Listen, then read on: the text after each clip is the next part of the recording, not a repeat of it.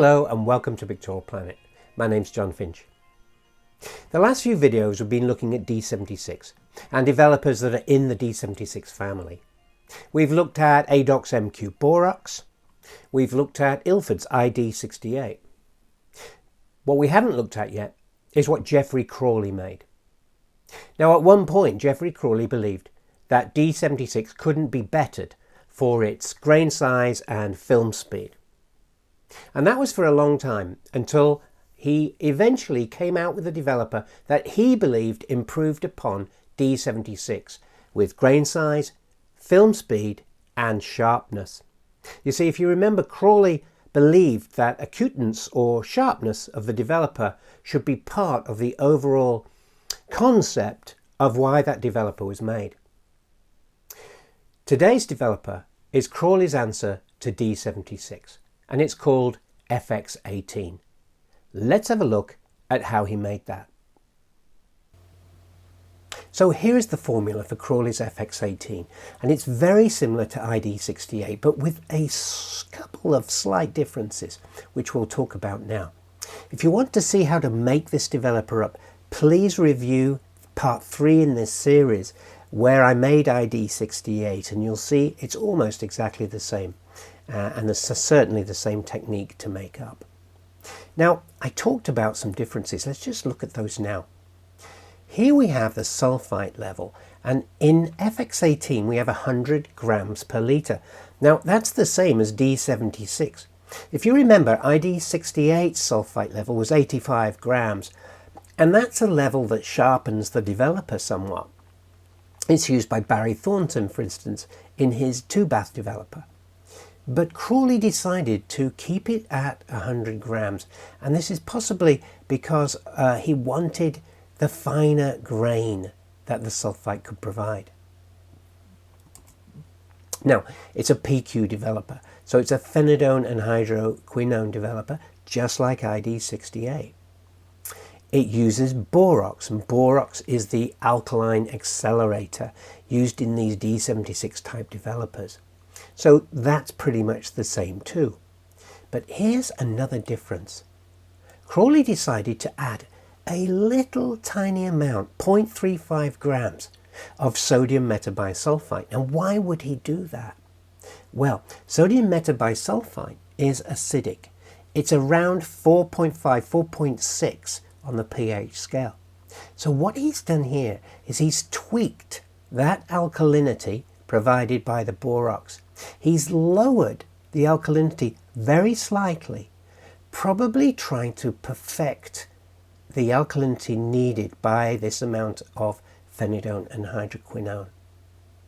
Finally, Crawley's added bromide, and he believed that bromide was essential to improve the sharpness of a developer.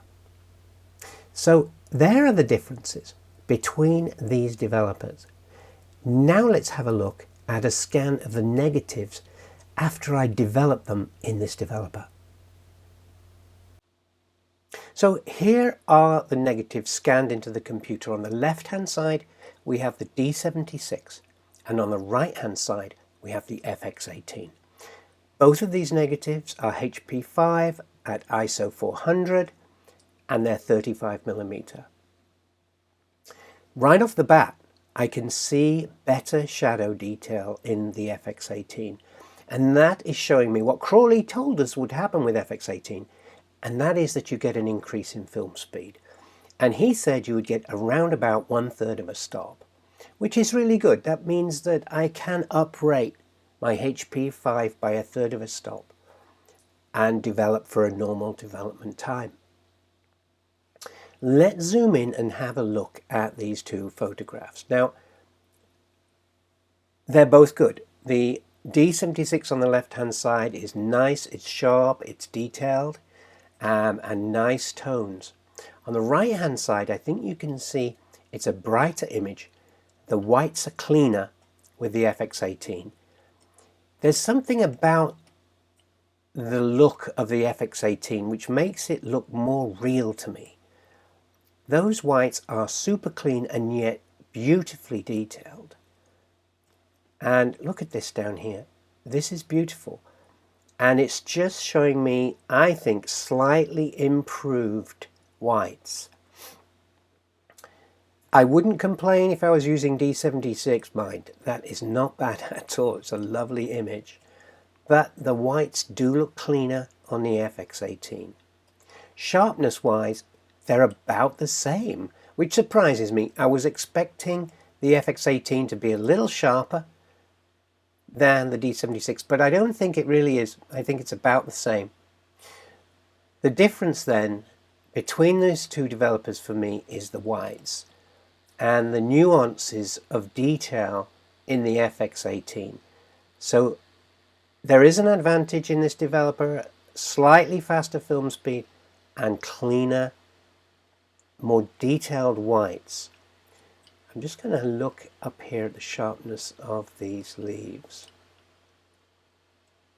You see, I'm looking on the left at the D76 and it's pretty good. It's no doubt, that's nice. This is very nice. It's about the same as the ID68. And interestingly, both these developers, of course, use phenidone. So that's what the scan looks like. Both very scannable, very nice negatives. Let's have a look at the print. And here are our prints. FX18 on the right hand side, D76 on the left. It looks like the ID68 print, except I think it's slightly sharper than the ID68 and has a little more contrast, micro contrast, in these detailed areas.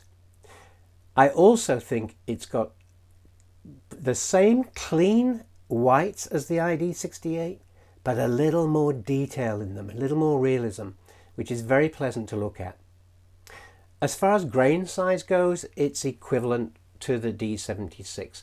There's hardly anything in it at all. I like this developer a lot, but would it be enough to change me from D76? Probably not, because I think that throughout all these tests that we've done so far, the ADOX MQ Borax, the ID68, the FX18, I haven't seen enough of a difference to pull me away from D76 if that was my chosen developer. D76, designed in 1927. For years and years, there's been a family of developers based on D76 that have improvements in certain areas, but overall, I don't think they've beaten D76 at its own game. It's such an all-rounder. It's got great shadows. The midtones are beautiful. It's soft. It's beautiful. It's got sharpness where it needs it. D76 is a fine developer, and as we've seen with these tests we've done, no one's really knocked it off that pedestal that D76 is on. I think I'm going to do some tests for you next to show the difference between D76 stock and D76 1+1 and 1+3. It'll be interesting for us all to see what we can do with D76, how we can refine the way we develop with it. If you're interested in that, why don't you like the video, subscribe to the channel, and I'll see you next week. Bye for now.